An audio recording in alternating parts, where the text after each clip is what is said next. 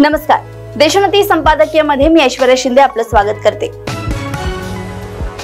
महाराष्ट्रातील शेवटच्या टप्प्यातील मतदान सोमवारी पार पडले। महाराष्ट्रासह देशभरातील एकूण 49 जागांसाठी या 5व्या टप्प्यात मतदान झाले आहे। एकूण 60 टप्प्यांपैकी सर्वात कमी जागांवर या टप्प्यात मतदान झाले, परंतु या 49 जागा भाजप आणि विरोधी आघाडीसाठी अतिशय महत्त्वाच्या आहेत।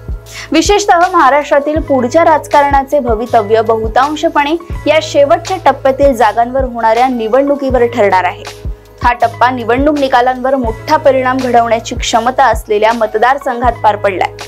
महाराष्ट्रात मुंबईतील 6 ही जागा, उत्तर प्रदेशात रायबरेली, अमेठी आणि फैजाबाद, अयोध्या तसेच बिहार मधील सारण, पूर्वीचे छपरा आणि हाजीपूर हे मतदारसंघ प्रतिष्ठेचे मानले जात आहेत। या आधीच्या 4ही टप्प्यात सत्ताधारी भाजप आघाडीला काही प्रमाणात नुकसान झाले असण्याची शक्यता वर्तवली जात आहे। 5व्या टप्प्यातही हा कल कायम राहील असे राजकीय विश्लेषकांना वाटतंय। मागच्या लोकसभा निवडणुकीत या 49 पैकी 39 जागा राओलांनी जिंकल्या होत्या, त्यापैकी 32 जागा एकट्या भाजपने मिळवल्या होत्या। इंडिया आघाडीतील सर्व पक्षांना मिळून त्यावेळी 8च जागा जिंकता आल्या होत्या। यंदा मात्र विरोधी आघाडीला दुप्पट म्हणजे किमान 16 जागा मिळण्याची आशा आहे। भाजप आघाडीची कामगिरी अधिकच खालावली तर कदाचित भाजप आघाडीचा आकडा 17 वर येऊ शकतो। ही शक्यता 2019 नंतर झालेल्या विधानसभा निवडणुकीतील कामगिरीच्या आधारे व्यक्त केली जात आहे।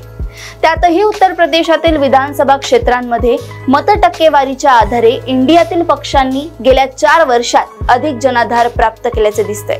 उत्तर प्रदेश हे भाजप आणि विरोधी आघाडीसाठी या रणसंग्रामात अतिशय महत्त्वाचे राज्य ठरणार आहे।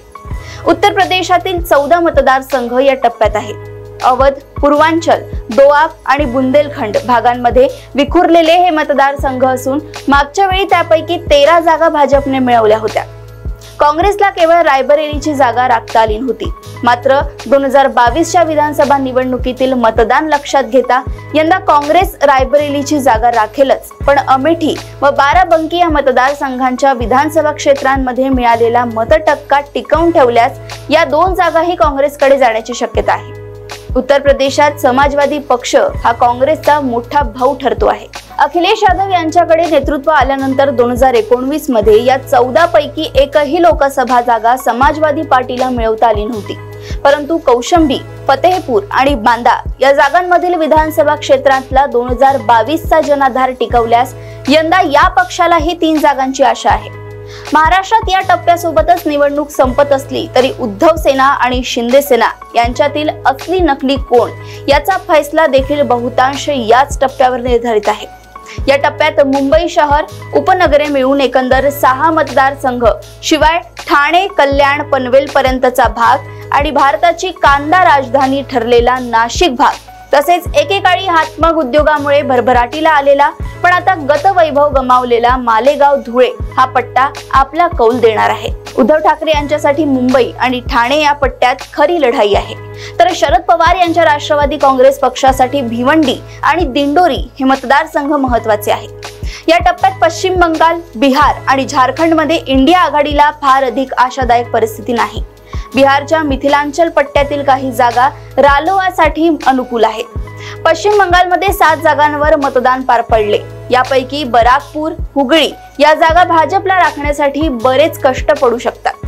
त्याचवेळी आरामगाव हा मतदारसंघ आपल्याकडे टिकवून ठेवणे तृणमूल काँग्रेसला जड जाण्याची शक्यता आहे। झारखंडमधील कोडरमा मतदारसंघात इंडियाला विजयाची आशा आहे। लोकसभेसोबत विधानसभेचीही निवडणूक होत असलेल्या ओडिशात भाजपाला 2019 मध्ये लोकसभेसाठी मिळवलेल्या जागा टिकवून ठेवण्याची आशा या टप्प्यात निश्चितपणे आहे। लोकसभेच्या 5 जागांपैकी 3 जागा भाजपने जिंकल्या होत्या तर 2 जागा सत्ताधारी बीजू जनता दलाकडे होत्या। हा निकाल यंदाही तसाच राहील अशी शक्यता आहे। भाजपाला आधी झालेल्या 4 टप्प्यांमध्ये मिळून जवळपास 40 जागांचे नुकसान झाल्याची शक्यता वर्तवली जात आहे। त्या पृष्ठभूमीवर या टप्प्यात आपल्या हक्काच्या जागा भाजप गमावणे भाजपासाठी धक्कादायक ठरू शकते। त्यामुळे हा 5वाच नव्हे तर यापुढेलही 2ही टप्पे भाजपासाठी अतिटतीचे ठरणार आहेत।